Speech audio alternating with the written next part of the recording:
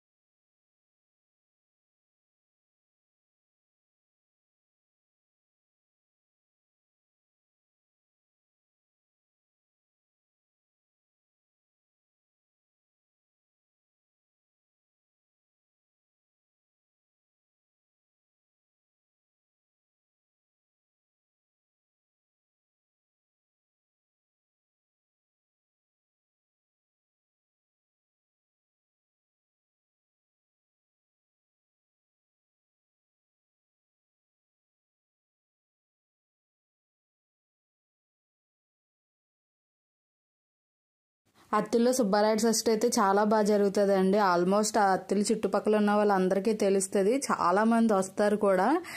నేను కూడా 1-2 సార్లు వెళ్ళాను. మాకు దగ్గర అయినా సరే వెళ్ళడానికైతే కుదరట్లేదు, కానీ ఖచ్చితంగా ట్రై చేయాలి నెక్స్ట్ ఇయర్ అయినా వెళ్ళడానికి. అసలు ఎంత బాగుంటుందో. నేను 2-3 సార్లు వెళ్ళానులేండి. అసలు ఫస్ట్ వెళ్ళినప్పుడు అయితే కనీసం గుడి దగ్గరికి వెళ్ళడానికి కూడా ఖాళీ లేదండి, అంత రష్ ఉన్నారు. ఇంకా ఇలా స్ట్రైట్గా వెళ్ళాక ఇంకా మళ్ళీ గుడి దగ్గరికి మలుపు తిరుగుతుంది, అదంతా తీర్థమే ఉంటుంది కదా.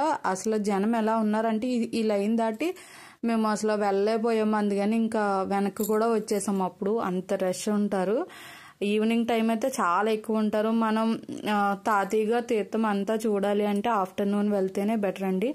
కొంచెం మధ్యాహ్నం ఆ టైం అయితే కొంచెం జనం తక్కువగా ఉంటారు కాబట్టి మనం అన్నీ చూడొచ్చు కూడా. లైటింగ్స్ అవన్నీ ఉండాలంటే మరి ఈవినింగ్ వెళ్ళాలి కదా.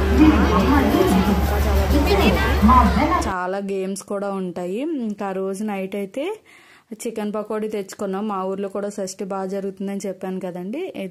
ఆ రోజు ఇది వరకు మామూలుగా ఉండేది తీర్థం, ఇప్పుడు సగం తీర్థంలో ఈ చికెన్ పకోడీలే దొరుకుతాయి. ఇంకా మా అబ్బాయి అడిగాడని చెప్పి ఆ రోజు చికెన్ పకోడీ అయితే తెచ్చుకున్నాము.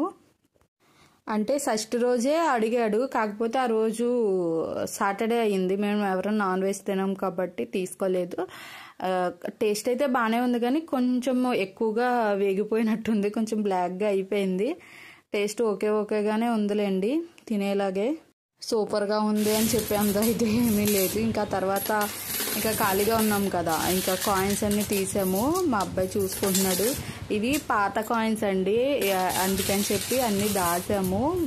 అంటే కొన్ని ఏమవుతాయంటే ఇంకా మనకి మళ్ళీ తర్వాత ఇలాంటివి తయారు చేయరు కదా. 25 రూపీస్ కాయిన్స్, 2 రూపీసు, 20 పైసలు అవన్నీ కూడా ఉన్నాయి. మీకు నెక్స్ట్ వీడియోలో చూపిస్తాను అవన్నీ క్లియర్గా. మీకు ఇంట్రెస్ట్ ఉంటే కామెంట్ చేయండి. ఇక్కడ ఇయర్ అంటే సంవత్సరాలు బట్టి చూసుకుంటున్నాము కాయిన్స్ ఏమేమి సంవత్సరాల్లో ఉన్నాయో. 2000, 2001, 2002, 2003. అంటే ప్రతి సంవత్సరం ఉంటుంది. మనం పుట్టిన సంవత్సరం తయారైన కాయిన్ ఉందో లేదో అని చూసుకున్నాము. ఇక్కడ చూసారా, ఒకటే ఇయర్లో తయారైన 2 షేప్స్లో ఉన్న కాయిన్స్, మీకు అదే చూపిస్తున్నాను అక్కడ. అంటే ఈ కాయిన్స్ వాడడం ఇంకా ఎలాగా మనకి ఎన్ని ఇయర్స్ అయినా ఎలా సేవ్ చేయాలని చెప్పి వీటిని సపరేట్గా ఉంచుతున్నాము. అంటే ఇంక ఫ్యూచర్లో మళ్ళీ ఇటువంటివి ఉండవు కదా. ఒకవేళ మన నెక్స్ట్ జనరేషన్లో కూడా చూసుకునేలా ఉంటాయి కొన్ని వస్తువులు, ఆ టైప్ మాట. ఇప్పుడు మన చిన్నప్పుడు 20 పైసలు, ₹1 ఇలాంటివి ఉండేవి కదా, ఇప్పుడు కనిపించట్లేదు. మొన్న లాస్ట్ ఇయర్ మా అబ్బాయికి క్లాస్లో అంటే హిస్టరీలో మనకి చెప్తారు కదా ఇలాంటివి ఉంటావి అని, అప్పుడు మేడం అడిగారు. అప్పుడు నేను ఆవిడకి ఫోటో తీసి పెట్టాను. అంటే నా దగ్గర నేను అవి కూడా సేవ్ చేసి ఉంచాను. అలాగే రూపాయి కాయిన్తో, ₹5 కాయిన్తో. అంటే ₹5 ఇప్పుడు దొరుకుతున్నాయేమో అయినో తెలియదు, కానీ అప్పుడు ఉండేవి కదా రూపాయి కాయిన్లు, అలాంటివి కూడా నేను ఆల్బమ్లో పెట్టేసి ఉంచాను. ఎప్పుడైనా చూపిస్తానులేండి. 20 పైసలు, 50 పైసలు అవి కూడా వీడియో తీసాను, కానీ అది కొంచెం మిస్ అయ్యింది. 95, 2000, ఇది 2000 చూపేది.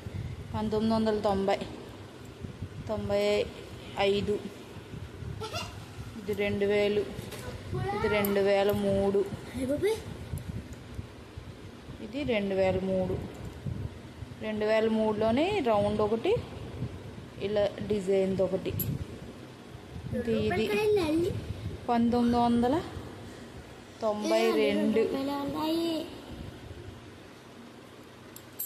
ఇక్కడ పెడదాం.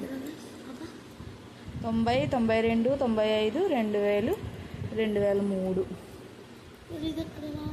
ఇది అప్డేట్ 2009. ఇంకా ఉంటాయి. 2015, ఇది 2015.